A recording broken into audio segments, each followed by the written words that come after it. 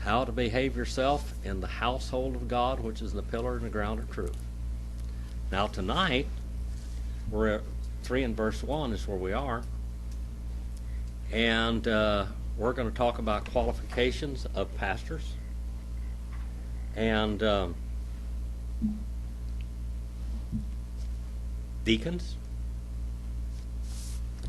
Qualifications of pastors and deacons. Pastors and deacons, I believe, are called of God. I know pastors are called of God.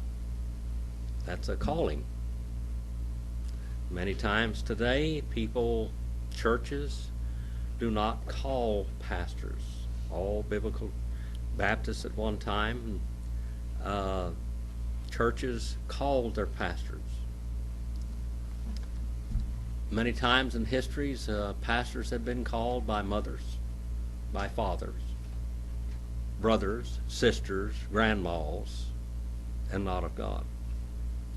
And many times you can tell the difference right off. When you're called of God, there is no retirement. You're just going to do it. You just do it. Preach the word. That's how people get saved. That's how people get converted. That's how people get grounded in the faith. 3 and 1. Pistos. Hologos. Tis episkopos. Oregete. Kalu. Ergu. Epitheme.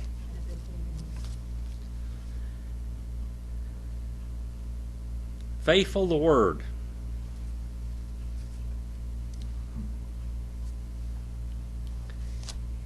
If any man, if anyone, literally here, that is a first class conditional particle there, that a, isn't it? A, if tis anyone, interrogative pronominal adjective. If anyone, the word the faithful, oversight. That word there means episkopos. That means epi is what? Page 153 and 54. That little analytical Greek lexicon.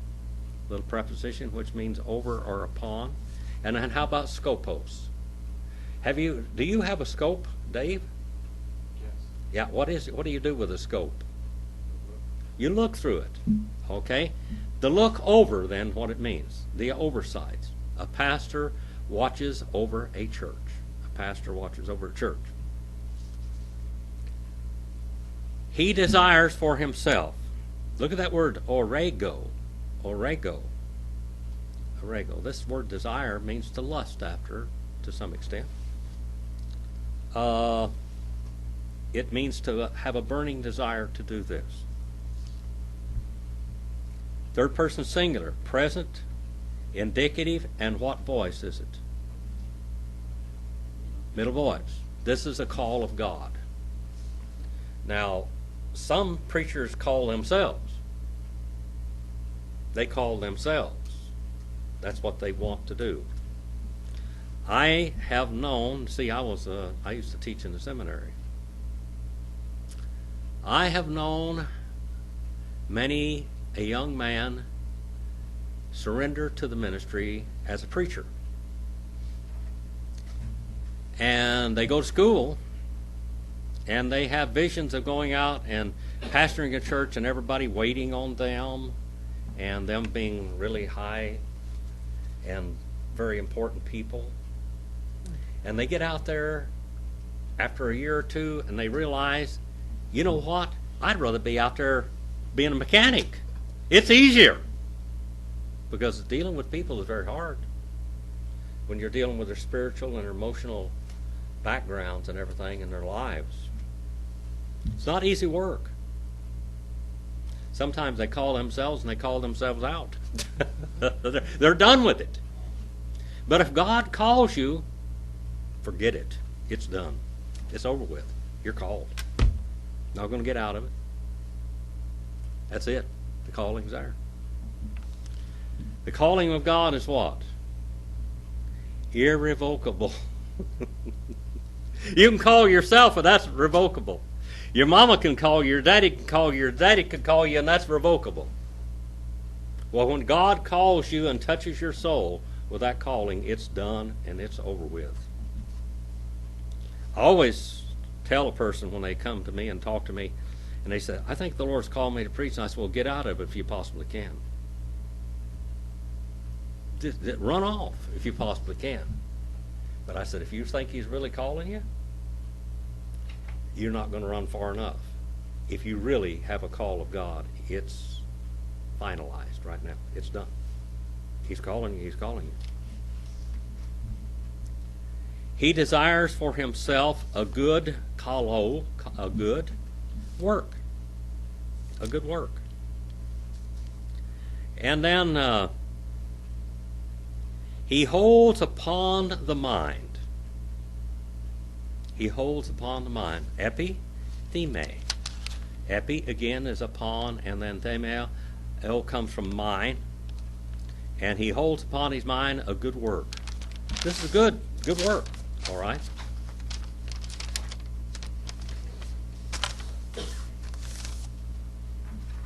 Three in verse 2.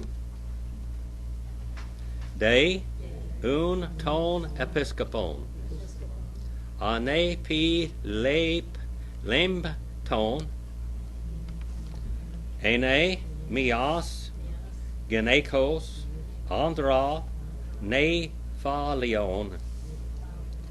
Sophrona cosmion philoxenon didastikon.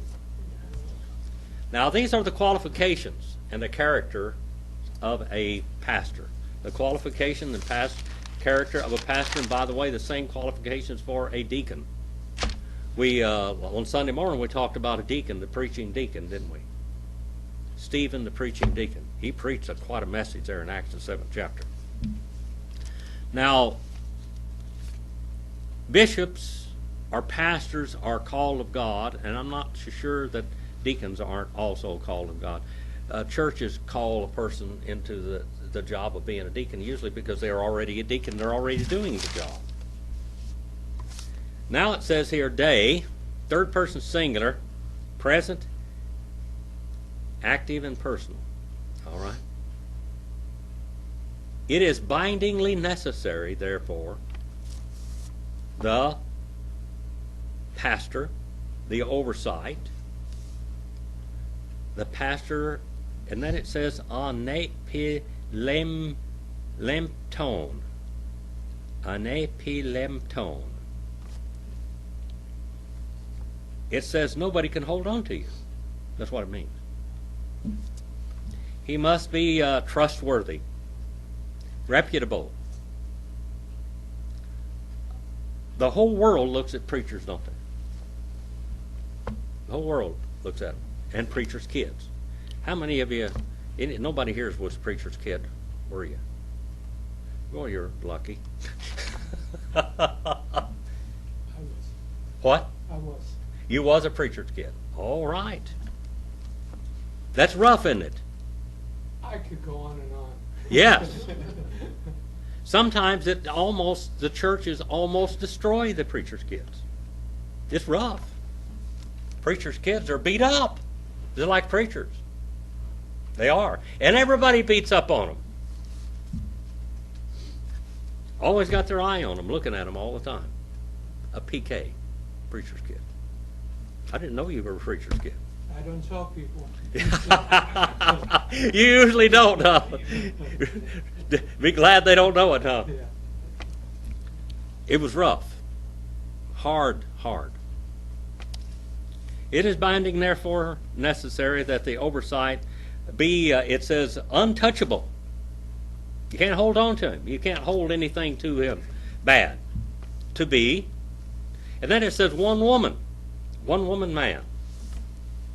Now, historically, you have to go back and you have to realize this is talking about a pastor that was going to pastor one of God's churches back in the period of time when this letter was written. And when was the letter written?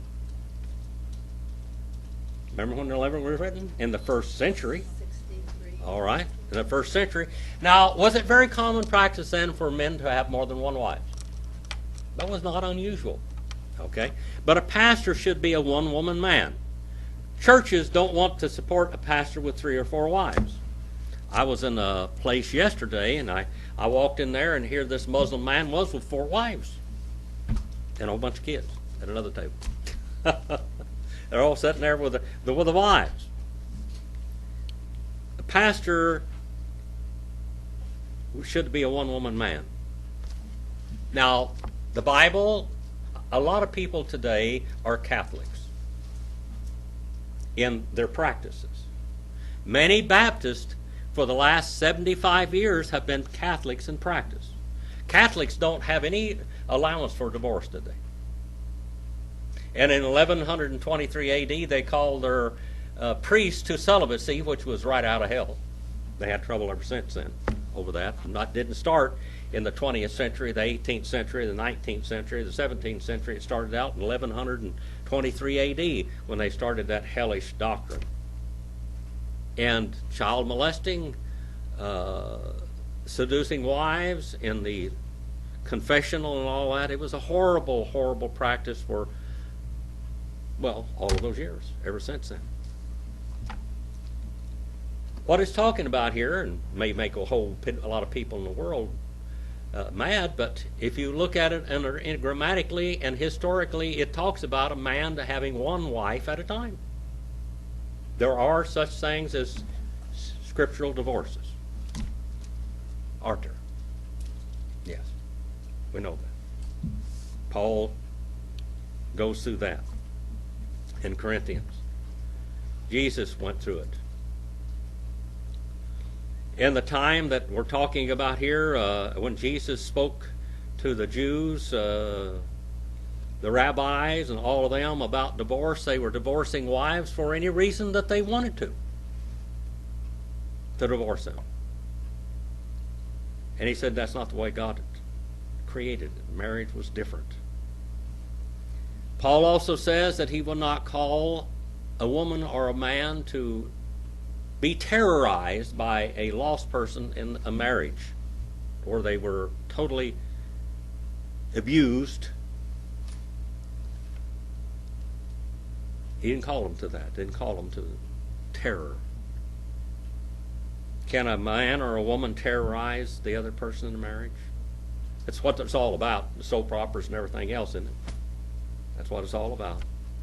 People terrorizing, male terrorizing women, women terrorizing men.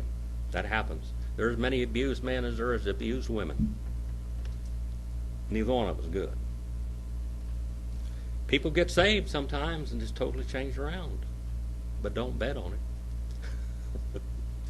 In a marriage. I tried to talk. I told women sometimes, forget it. Forget it. Forget it.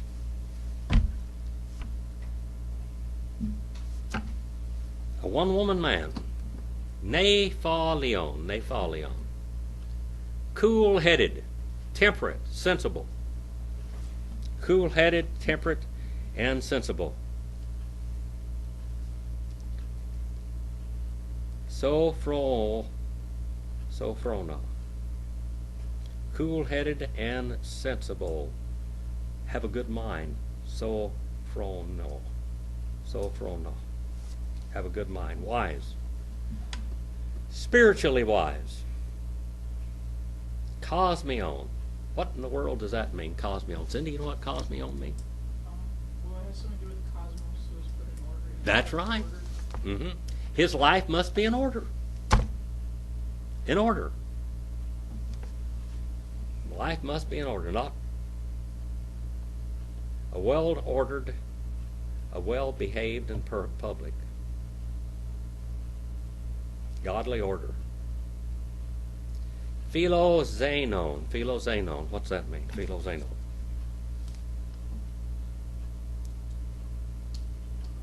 Huh? That means love. That means to love people, love strangers. Literally, what it means is to love strangers. Love strangers.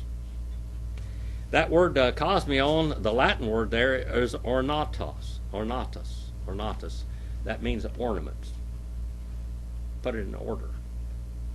His life should be an ornament of grace. basically. Didask tikon. Apt to teach, able to teach. A pastor must be able to teach, because that's what the word's all about, isn't it? Pastoring is preaching the word. Preach the word, preach the word. 3 in verse 3. The characteristics of pastors. Me, para, oinon, me, plektain, alla, epi, eke, amarkon, aphilar, giron. Not a wino, not a drunkard. That's what it's talking about. Not a wino and a drunkard. Have you ever known a wino?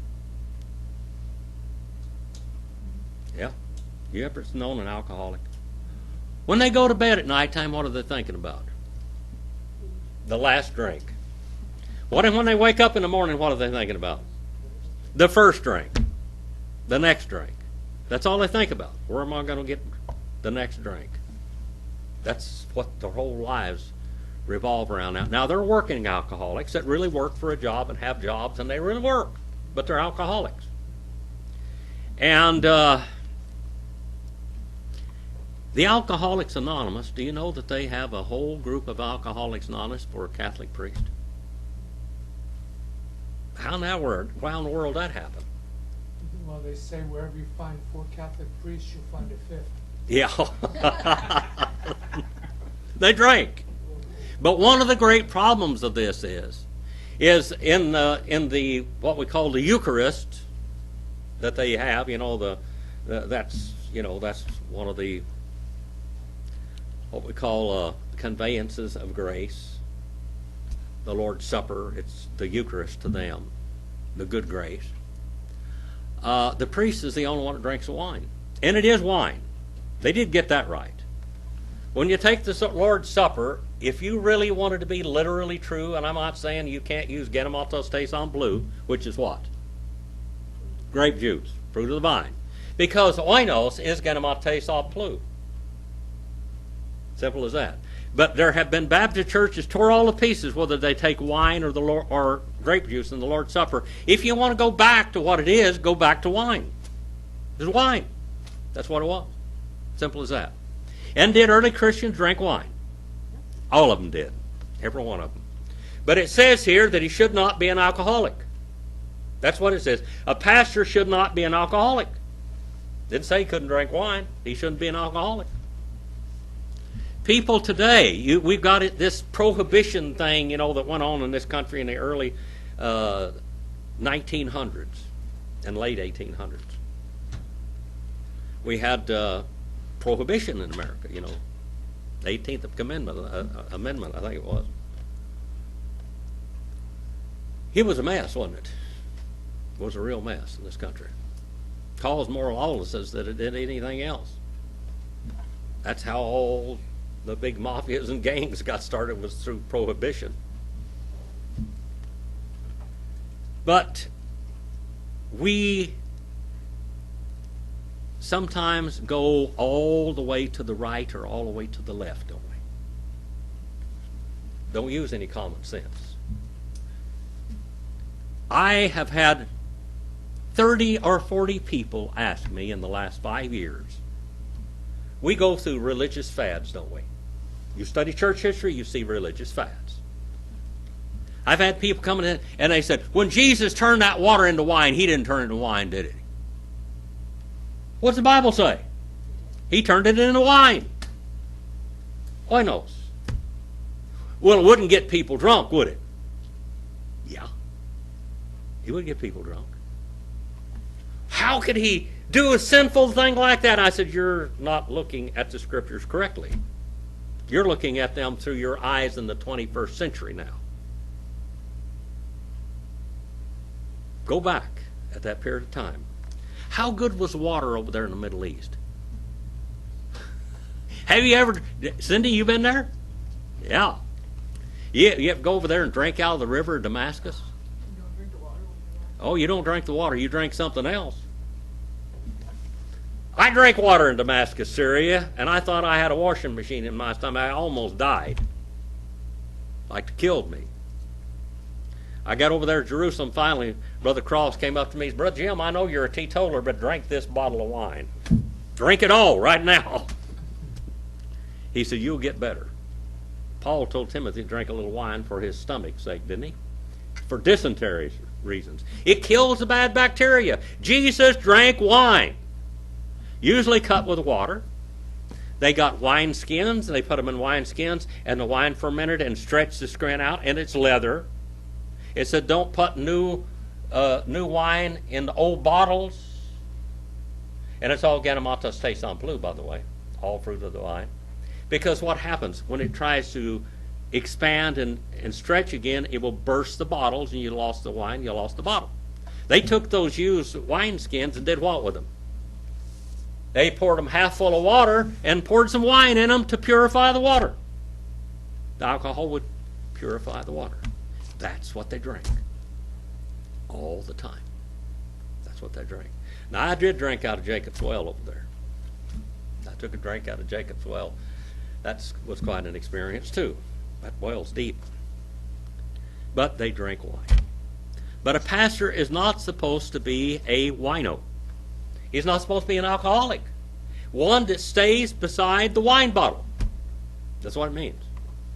Tipping all the time, tipping. Tipping the bottle. Not a plagtane. Not a plagiarist. Not a pugilist. Not a brawler. Not a violent person. Not a brawler. A preacher isn't supposed to just sit there and let people beat him up. I remember a long time ago there was a story about a very famous evangelist, Billy Graham. Somebody came up on his front porch where him and his wife was sitting out there, and they called the police because Billy Graham had knocked him out. He attacked them, and he knocked them out. Was there anything wrong with that? No.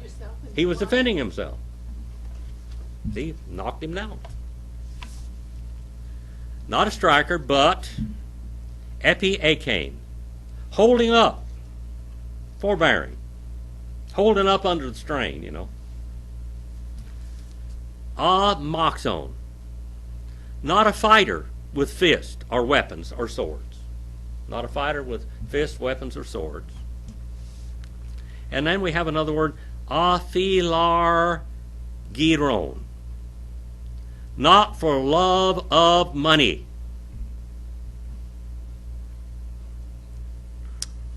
Not for love of money. Well, most real Baptist preachers are poor. They've usually spent their whole living preaching. The sad thing about it is they run from church to church, 5 years here and 5 years there and 5 years here and 5 years there. And they're supporting themselves. I have said this, and I've heard other preachers say this. I'd pay a church if they'd let me preach. I'd pay a church. I'd pay them if they'd let me preach. And so many of them are. Because they're called of God, aren't they? If you're called of God, you got to do that. Do it, period. Not for love of money. Not for love of money. Does that leave out a lot of televangelists? Well, you know, Because that seems to be a characteristic. that was a really, when they start asking for money all the time, you know, supporting a ministry is necessary. Well, yeah, but some Our of the stuff- our website, we actually have 3 websites. If you look over there on the little ratings over there, you'll see it was extremely heavy traffic, the heaviest traffic since the history in 20 years. This last month, it costs a lot of money to keep that thing out there. You know, a month. See, I pay to preach. Last month was about $1,300 I paid to preach. That much. That's a lot of money to pay to preach. not to get paid. I did have some help, which it didn't all come out of my own pocket, but that's what would have come out of my own pocket. It was still heavy. Still cost me to preach last month. But you do that. Livingston went to Africa. Remember, Dr. Livingston? I presume, you used to hear that all the time. Stanley looking for Dr. Livingston, I presume. They made comedies or cartoons and stuff about that, everything else. They go over there. Well, that really happened. Dr. Livingston went to Africa, and you know what Africa was? What was the greatest religious, what was the greatest religious denomination there? You know what it was at that time? Muslim. Yeah, Muslim. They conquered them. By the way, there are 48 nations in the world today that are Muslim, the highest today. 48 nations in the world that have, and some of them actually a couple of them have 100% Muslim only, because Muslims don't let anybody else come around. They'll kill you. But anyway, he was out there, and when people read the Quran, they read the Quran from the back to the front, as we look at it. And what's the last book in the book of the Bible? Revelation. All right? And he got a book translated after many years of being over there. His first convert was a woman. And he got a Bible to her that she could read, and she read the book of Revelation first. And guess what she found out? In the Hadith and in the Quran and the Sunnahs, it tells us that in the end times, the Mahdi is coming back, which is going to be an impersonation, absolutely a reincarnation of Muhammad. Okay? There's going to be the Christ is going to come back. He's going to kill, Jesus is going to come back, and he's going to kill all the Jews, and then he's going to kill all of the Christians. And what else? The beast is going to come out of Arabia, out of the desert, and he's going to mark all of the true Muslims on the forehead, on the hand, with a mark. And, of course, now, you know that Muslims are already wearing that. It means there is no God but Allah, and he has no companions, no Jesus. And Muhammad is his prophet. Now, that's what's going to happen, according to the Quran and the Hadiths. When the woman read the book of Revelation, she found out there's going to be an Antichrist. There's going to be a false prophet, and there's going to be a beast, and the beast is going to mark everybody with a mark of the Antichrist. It just terrorized her. She realized that I've been on the wrong side all this time. So she was converted. Now, your ministry is not measured by how many converts you have. Probably, as an evangelist, Billy Graham has probably seen more people saved in the history of preachers than anybody since St. Patrick, probably, or more. But Patrick built churches, real churches, in real places. Building churches. That's the real number one thing. Seeing people saved, that's real important too. But building churches that are sound, that can carry on the gospel. Do you know Jesse James in history? Jesse James was an outlaw, wasn't he? He was a Baptist. He was a Baptist that was pushed into the Civil War, and his family was terrorized by the North. He joined Quantrell's Raiders, what they call Quantrell's Raiders. The Daltons and the Youngers did also, because their families were so terrorized. The Youngers were Northern sympathizers, but they killed the father. They stole and they robbed 7 ranches, and so they went to the South. They went to the South. If you read history, you will find out that Jesse James and Frank James were really bad guys, but if you study church history and Baptist history, you'll find that they were Robin Hoods. Going from one church to another, and the churches were protecting them. Jesse and Frank went to one church one time where Benjamin Marcus Bogart's father was a deacon, and they took Jesse and Frank home to their house. And Jesse James slept in the bed with Ben Bogart, because that's what you did back then. You just shared beds, whatever. He said he kept that big pistol on his belly all night long. And Jesse James wanted to go out and become a Robin Hood. Not Jesse James, but Ben Bogart. And his father wisely took him to a hanging, where this man had raped a woman and killed her husband. A double, twice guilty of a death penalty. And he admitted it. He got up there, and he's a great big guy. I can't remember his name or what year it was right now, but I can tell you that it's in the Life and Times of Benjamin Marcus Bogart, Volume 1. Tells you all about this. Tells you about being in bed with Jesse James and all that. He idolized him because this man was going and setting things right. Jesse would go and he'd rob banks and trains. Most of these banks were owned by these people that had ripped off his family, the Youngers especially.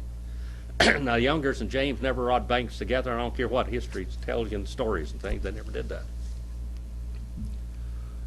But they would take, and where these banks were going to foreclose on some poor farmer's land, they'd pay off the loan. And then, way back there in 1880 something, I think it was, Jesse James faked his own death.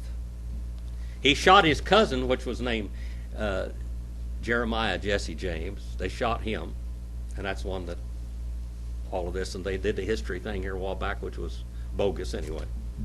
Had 2 bullets in him, a lot more bullets in him than that. There were 32 caliber bullets. Ford was supposed to shot him. Bob Ford was supposed to shot him with a .44, and it went through his head and came out in the wall. But the coroner's report said he was shot with a .38 caliber ball. An 1851 Colt Navy, not a .44. And they suppressed the coroner's report and everything else. They really were in control. He was alive until 1930 something. Covered up. Still supporting churches. His father built 5 missionary Baptist churches that are still in existence to this day. Still in existence to this day.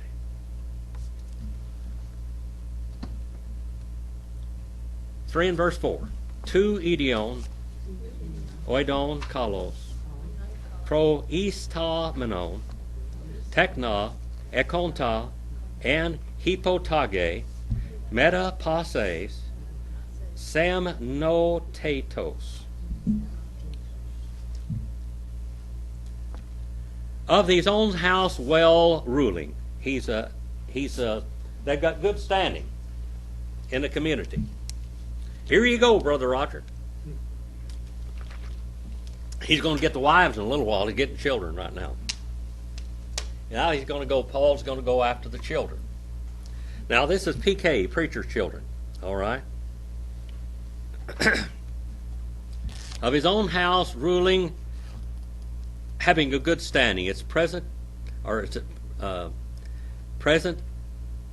participle middle voice, accusative singular masculine. He's ruling his own children, his household well. He's doing it. And children having in subjection in all dignity. In all dignity. I know of a church that excluded their pastor and vacated the pulpit because he had a 25-year-old daughter that was mentally ill and that she was living a promiscuous life. Yet he was living in her home because he could not turn her out on the public. He couldn't let her go. It was better, safer for him to keep her there because she was not all there. And the church decided one day that that he wasn't doing a good job with his home since he couldn't control his daughter, even though she was handicapped. And they vacated the pulpit and excluded him from church because he was not a good pastor. Well, he wasn't even a good church member if he couldn't keep his family in line. This girl living in his home acting like this. Is that right or wrong? I don't know what he's talking about, is it? That's stupid. Stupid, and what we call, there are pastors that try to rule over churches, and churches that try to wrangle their pastors. Good pastor for 15 or 20 years there. All of a sudden they just got birds under their saddle and wanted to get rid of him, and they use that excuse to do it. Children having, in subjection, with all dignity and gravity and respect. Your children should be, not little outlaws. Shouldn't they? We're talking about children. When they get to be 18, well, back then, a child was only a child till he's 12 years old. Then he was a man. She was a woman. She might have got married when she was 8 or 10 years old. Muhammad and Abu Bakr, their advice to all Muslim men was to marry your daughters off before they ever came to adulthood or puberty. Before they did. The Jews wanted their sons to get married by the time they came to puberty so they wouldn't do anything wrong. They'd be married. Okay? You understand that? So their lust would be within marriage. We have 30-year-old children now, 35-year-old children, 40-year-old children, whatever. Sometimes we raise them. Unless they are handicapped, that's not. That's what we've done to ourselves. And we've done that to ourselves. So in verse 5. A, de, tis, tu, idiou, oiku, pros tegne, uk, oiden, pos, ecclesias, tu, epimelesete. But since any one of the ones a household to rule, not, he knows how the assembly of God, the church of God, he shall care for. If he can't take care of his own household, how in the world is he going to watch over a church? If he can't even watch. Here God has given him the headship of a home. And if he can't be the head of the home, how in the world is he going to be the head of the church? Now the pastor is the spiritual leader in the church, isn't he? He's not the boss. He's not the boss. That has evolved in Baptist history. What are the Baptist churches where the pastor is the absolute boss and what he says goes? What churches are those? What Baptist churches? Name them. Bible Baptist. Bible Baptist. There's what we call preacher rule. You have missionary Baptists that wrangle their pastors because they are democracies. And they will, what I'm talking about a while ago, that was Missionary Baptist Church. That happens. There is a happy medium someplace there. A church should very much respect their pastor. If they get mad at him because he's preaching about something they don't like, a lot of times they'll just get rid of him. I'll never forget a joke that I heard one time. I don't know, maybe it wasn't a joke. Dr. Hoyt Chastain went to preach a revival back in the South. And he said, now, when he got ready to get up there and preach, before he preached the Bible, the pastor took him into his home and he unpacked all his things. He said, now, I'm going to give you some spiritual guidelines here about what you preach about. He said, there are members of our church that play cards. so don't get on card playing.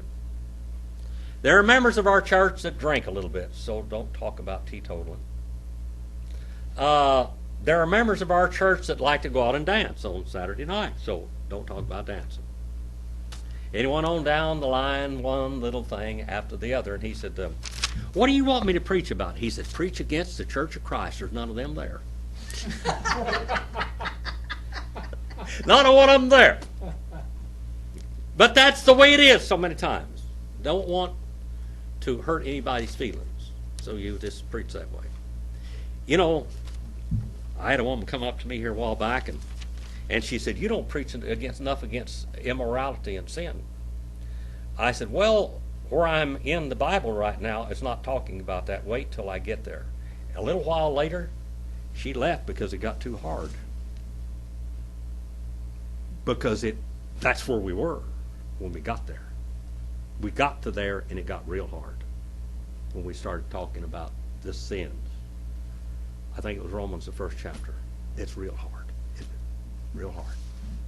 Yeah. It really is particular, isn't it? It's real particular. I just preach the Bible. That way I don't have to worry about anything. You just preach what the subject is and just go from there. Let the Lord take care of it. Preach His messages. When you go to Acts, the 7th chapter, anybody can preach Stephen's message. That's one of the easiest sermons in this world to preach. I like to preach the Bible. So that's basically what I do. I use a lot of illustrations in between it, but preach the Word. That's what does it. You can illustrate all you want to. It'll pique people's attention or whatever. But and Paul did that, and so did Peter and all the others. All the rabbis did the same thing. 3 and verse 6. Me, no phyton, hina, me, ti phothes, ace, crema, empese, tu diabolu. Boy, this is something here. This is quite a little verse. I've heard preachers preach this in the seminary. Boy, we got a lot of stuff in the chapel and the seminary. We got this Timothy, the 3rd chapter, a lot of times. We didn't get it enough. I can tell you that much. We didn't get it enough. You couldn't preach this too much. Because we need it all the time. Church members always look up to the pastors. But you know what? That's what they're supposed to be like too. That's what you're supposed to be like too. How you look at your pastor and the pastor's kids and everything else, that's what you're supposed to be like. That's the way you look at them. I remember Dr. Martin Canavan went up to Visalia. He was preaching in Visalia at that time. And one of the wonderful ladies in the church, her husband was a lost man. And she stuck by him, but he was a drunkard and a gambler and everything else. And he just hated the church. He hated it. You know, all those people in the church are what? All those people in the church are what? Hypocrites. That's right, hypocrites. And he used to tell his wife he wouldn't go to church with that bunch of hypocrites. And he'd get out there, and Martin Canavan was broadcasting his messages on the radio. And that old boy got to get out there and listen to him, and he had this piece of ground out there they had to drag to keep the tumbleweeds down. He dragged this thing behind this old Ford pickup, and that Ford pickup had a radio on it. He's out there dragging that thing and dragging it. He said there was nothing to drag, but he's out there dragging it, listening to them on the radio. Finally, one day, he wouldn't go to church. When he left, his wife left to go to church that morning. He was out there dragging that piece of property down and listening to Martin Canavan on the church, on the radio. His wife went to church, and after Sunday school, Martin Canavan was just about to get up and preach, and the church doors busted open, and this old boy ran down the aisle and hit the mourner's bench, wanting to get saved. And before he preached, so he went down there and prayed with him, and he got up there, and the most foolish thing that I ever heard, he asked me, he said, now what am I supposed to do? And he said, just do exactly what you said these churches members were not doing wrong. You do it right. You know what you're supposed to do. Do what you said they're supposed to do. And read your Bible. And you know what God did to that man? He called him to preach. Isn't that a joke? He called that old boy to preach. And he preached and he preached and he preached. And he got drowned up there in Lake Isabella one time fishing. He drowned up there. But he preached. God does some miraculous, funny things, doesn't he? That guy that wouldn't go to church with those hypocrites became a pastor. Yeah. Not a new convert, newly planted. That's what it says, newly planted. The only time this word is used here in the New Testament, newly planted. Newly planted. What's that mean? Not a new convert. You know, sometimes new converts get a call to preach. But they ought to be around just a little while before they go ahead and start pastoring, because they need to see some things. They need to get seasoned just a little bit. New converts, you need to stay in church probably 5 to 10 years at least before you're capable of pastoring a church. Not a new convert, newly planted.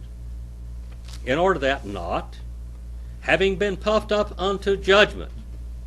Having been puffed up. A young preacher, I remember being a member of a church one time, and they had this young preacher right out of the seminary, and this was what he was. He was a new planted and puffed up. I followed him tenaciously. But that was the most arrogant person. You know, he wouldn't even check the oil in his car. He'd call one of his church members, come and check the oil in my car. He wouldn't go in there and fix anything in the church house, do nothing. Just pointing, and you do it, you do it, you do it, you do it. Well, he didn't last long. I think he was called. I think he called himself. Just 4 or 5 years, and he was finished. Having puffed up into judgment, he may fall in judgment of the devil. The destroyer, the slanderer, will take over in his life. He's too proud. And the Lord hates pride, doesn't it? Does the Lord hate pride? What is the greatest attribute of Satan? Pride. Pride. Pride. Pride is the number one attribute of Satan, and it can be the number one attribute of a pastor in his downfall, is his pride. Pride and arrogance. In the Muslim faith, they say God is the most proud one. That's what they say. They use one of the attributes of Satan as for Allah. The most proud one. What do they say right in the beginning of the Muslim call? God is great. Allah Akbar. God is great. God is greater. God is prouder. It means proud. God is proud. Not God is proud. God was humble enough to come into this world and humiliate himself with mankind, wasn't he? Do you see the great differences between that? It says a pastor shouldn't be a new convert and arrogant. That will be his downfall. He won't last very long. It'll be over with. 3 and verse 7 now. 3 and verse 7. Day. Two different kinds of day, huh? Kai, martyrion, kalein, ekain, apu, tu, exothen, hina me eis, oi ne desmon, empese, kai, pa gida, tu diabolu. And it is by, or moreover, that little weak adversative conjunctive particle there, page 85, see that day there, delta epsilon? That's where it actually starts. And then it goes back to delta epsilon iota. It is bindingly necessary. Moreover, it is bindingly necessary also a witness good to have from the outside.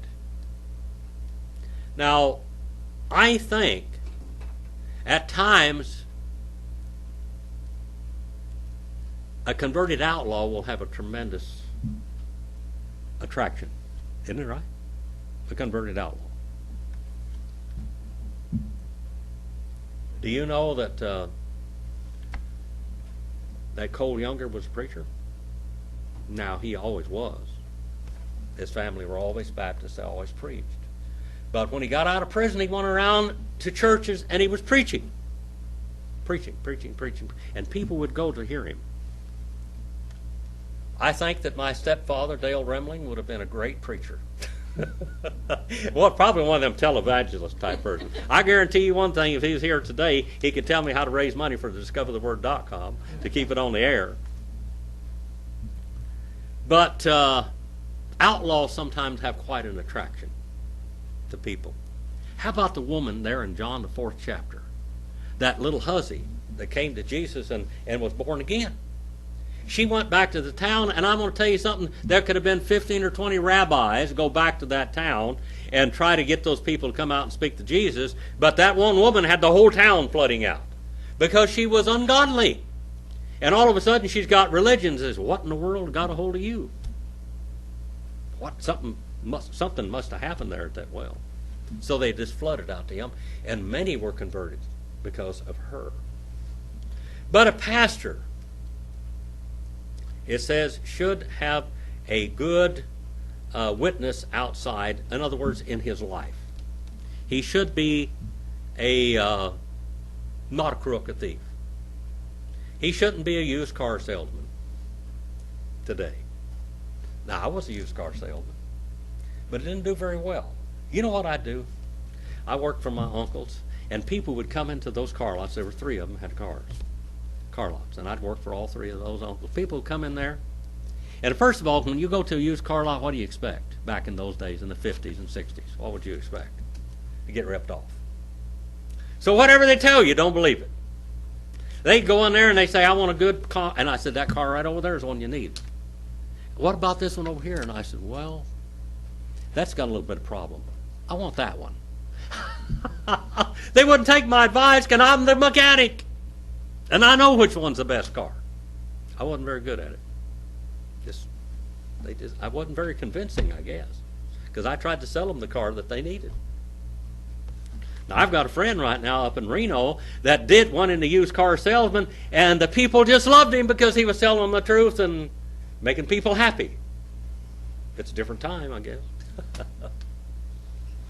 To have from the outside a good witness, in order that not to a reproach, ane deismon, a reproach, he may fall in. And a pagida. What's a pagida? A pagida. That's a trap. What kind of trap? What kind of traps are there? Brother Roger, over there in Vietnam, what kind of traps they have over there? The pit with punji stakes was pretty bad. Yeah, the pit with the sharpened stakes. They fall into this pit and you're impaled all over the place. The movie Hidalgo. By the way, I'm related to that guy in the movie Hidalgo, the real person. Over there, they put a sand pit out there in the desert with these sharpened stakes in it. What else? Tripwires that had explosives and sometimes just something to stab you to death or poison you. This is the darts of the devil. These are all the darts of the devil, okay? A bird trap. Used to get out when I was a kid, I'd get a cardboard box, pasteboard box, put it up on one end with a little old piece of stick, tie a rope, or not roper, but a cord to it, and get over here behind a building and put bird food down there. Ever done this, Cindy? Not with birds. Not with birds. Anyway, here's the ground like this, see? And the bird gets underneath there eating the feed, and then you pull this thing and you got the bird. Then you reach underneath there with your hand and get the bird. There are bird nets, whatever. But that's what it's talking about here, a bird trap, a trap stick. The snare of the devil. All right.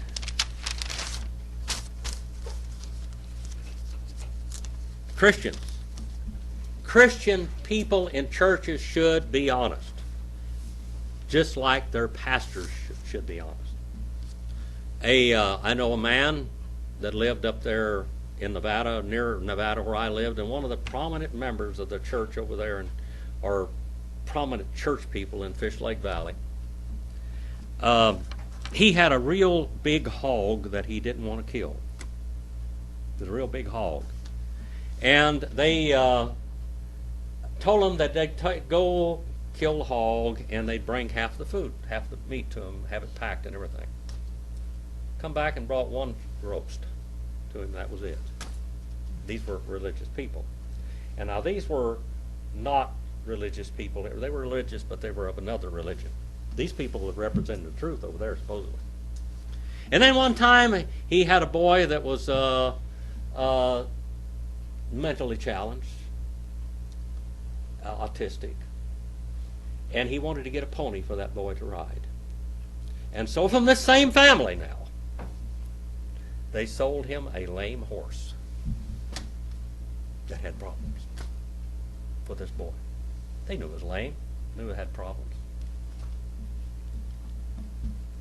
Is that a good witness? No. But that's the witness that we hold up for the pastors, and that's a witness that every church member should have. You should be honest people. Honest people. Now we come to the 3 in verse 8, the qualifications of a diaconia. Diaconia. What does a diaconia mean? Pamela, what's diaconia mean? Deacon? Yeah, that's deacon, all right. What does it do? You remember that, brother David? Stir up dust. He's a worker. He's working in church. He's cleaning the church house. He's doing all kinds of stuff. He's working in church. He's visiting people in the hospital. He's doing all the things that he's supposed to be doing as a deacon, and the church ordains him as a deacon. Now, this is an ordained deacon. Deacon, okay? An ordained deacon. Many people in a church can do the work of a deacon. Women can do the work of a deacon, but only men are qualified to be ordained deacons, not women. Children can be deacons, shouldn't they? Should they? Do their children ever come and help around the church? They do everything. They go on mission trips.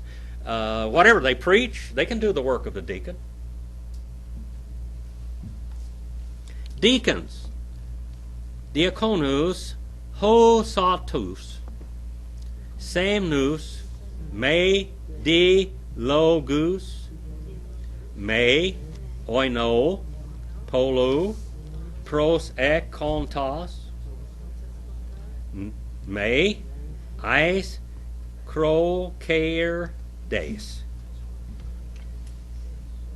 Deacons, in a similar manner, or likewise, should be honorable, grave, and serious. They should have dignity.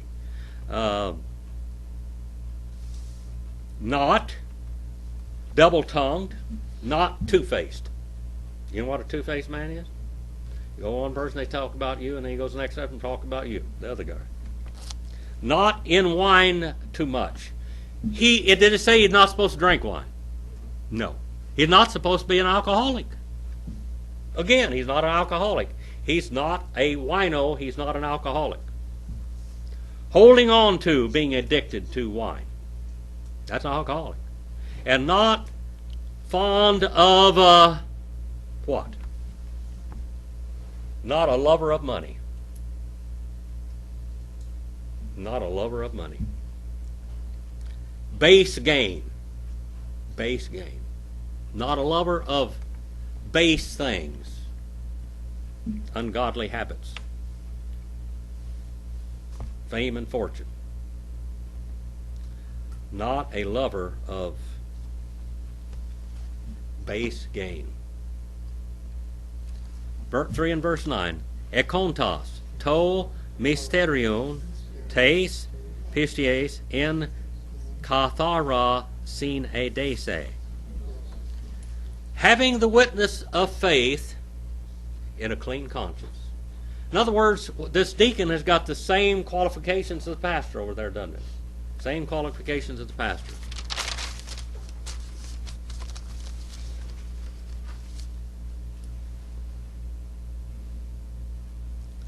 Let's do number 10, and then I'll turn you loose on the world. Kai, hutoi, de, dokimazestos son, proton, eta, diakonetoson, anegkletoi, ontes. Also these, moreover also these ones, let be proved or tested. First, let them be deacons. Let them be a deacon. It was a practice in the 1920s, 10s, 1880s, 1890s, 1910s, 20s, 30s, that when you got somebody saved in the church and they were all gung-ho, you just ordained them right off as a deacon and started letting them teach Sunday school and all of that to keep them in church. If you give them a responsibility, you're going to keep them there. You're going to make them feel obligated to do all these things. That's not what this says, is it? What happened there? Lots of problems. Let be proved and tested. Let them be tested first. Then let them deek. Let them deek. Let them do the work of a minister. Let them be deacons. Let them deek. One's irreproachable being. One's not able to be captured in any bad habits or bad things. Now verse 3:11. We'll do that one. See that we can't finish it till we get to verse 3:11. Genekes, Hosiatus, Semnos, Me, Diabolus, Nephalios, Pistos, and Pasin. All right. Women, similar, let be serious and grave, dignified, modest, spiritually in order, not devils. Sober ones, faithful in all things. Now, if you'll take many commentaries, they're going to say these are deaconesses. This is not deaconess right here. This is a deacon and a pastor's wives. We talked about the children a while ago. Now we're going to talk about the deacons and the pastor's wives. This is the wives. This is the wives. The deacons' wives. This is not deaconesses. This is where a lot of churches will ordain women deacons from this very verse right here. But that's not what it's talking about. We talked about the pastors. We talked about the pastor's children. We talked about the deacons. And all of the same requirements for the deacon are the same requirements for the pastors, aren't they? Same thing.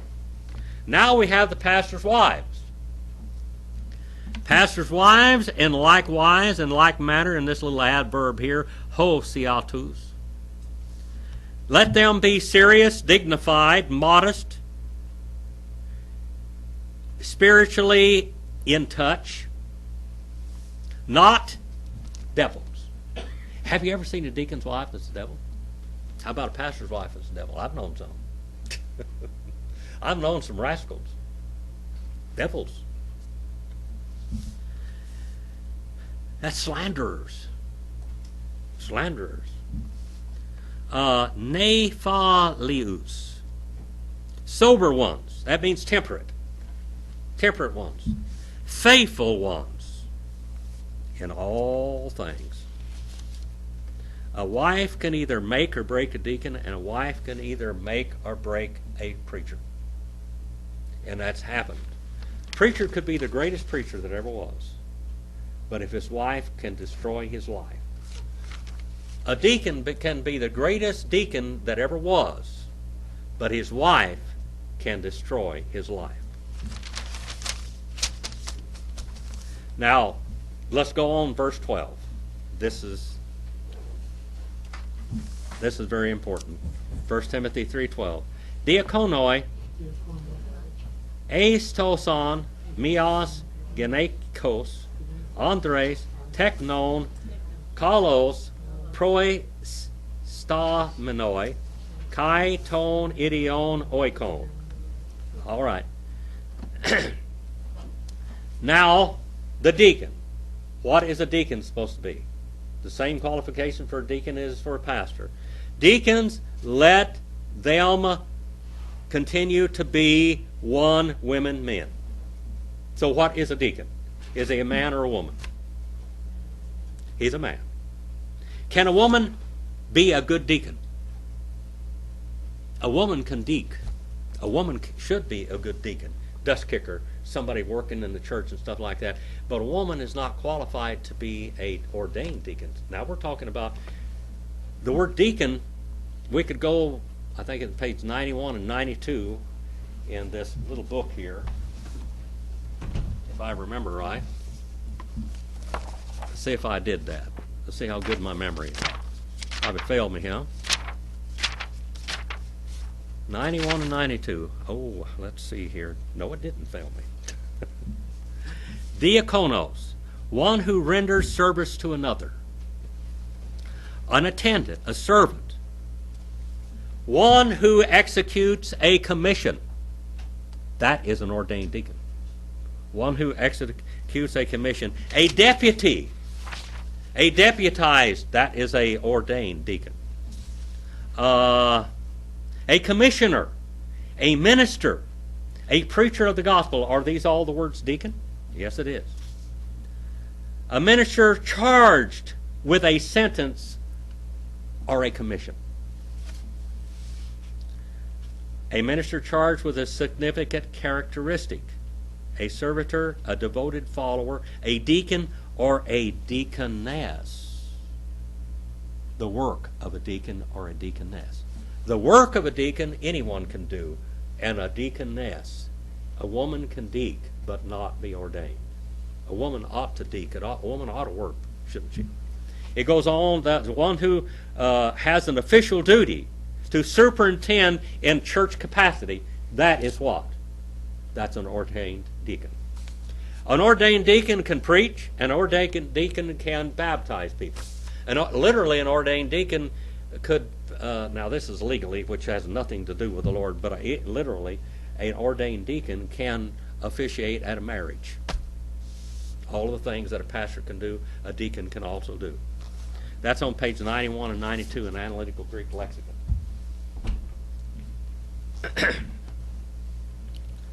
Deacons, let them be of one-woman men, of children good, ruling, standing in front of and over, and the ones in his own house.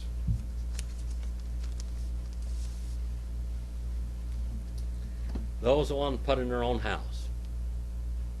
There was an old term a long time ago. I'll leave you with this tonight. You know what a copperhead is? You know what a copperhead is? What is a copperhead, brother? It's a mean snake. That's a mean snake. People used to call a worthless deacon a copperhead deacon.